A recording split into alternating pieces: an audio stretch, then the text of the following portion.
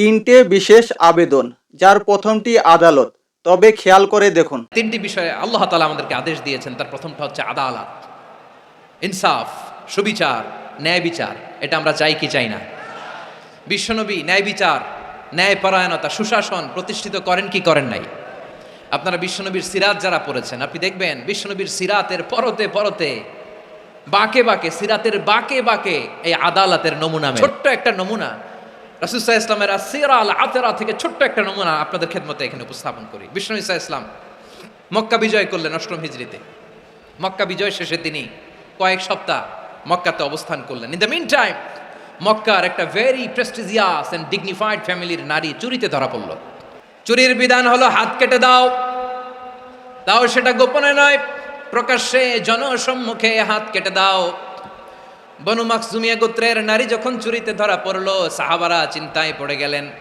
সবেমাত্র মক্কার লোকেরা কালিমা পড়ে মুসলমান হয়েছে, ইসলামের আইন কানুন তেমন জানে না, ইসলামী শরিয়ার সাথে বেশি পরিচিত নয়।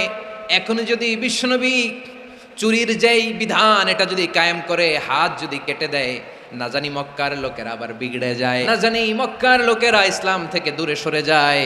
চলো চলো, সাহাবীরা মিলে পরামর্শ করলেন, চলো বিশ্বনবীর কাছে যেয়ে বলি, ও নবী, শুধু কেবলমাত্র একমাত্র এই নারীর জন্য চুরির হাত কাটার বিধানটা আপনি একটু থামিয়ে দেন। সাহাবীরা বললেন, বিশ্বনবীর ভালোবাসা, হিব্বু রাসূলিল্লাহ, উসামারে পাঠাও। উসামারে বিশ্বনবী নাতির মতো স্নেহ করে, মায়া করে, ভালোবাসে। আমরা পারবো না, ওসামা পারবে।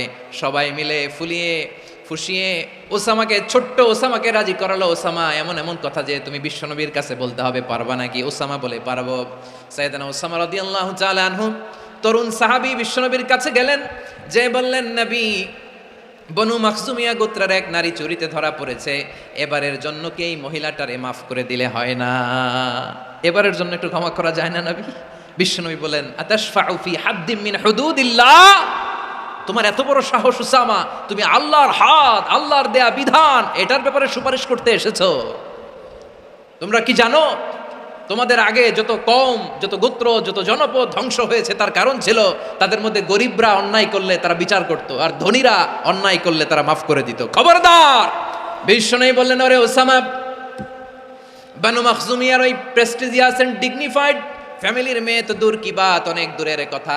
জেনে রেখো ওসামা, আমার কলিজার টুকরা, নয়নের পুটুলি ফাতেমাও যদি মক্কার জমিনে আজকে এই চুরির দায়ে ধরা পড়তো, আমি বিশ্বনবী মুহাম্মদুর রাসূলুল্লাহ ধরে ফাতেমার ডান হাতটা কেটে দিতে এক বিলম্ব দেরি করতাম না।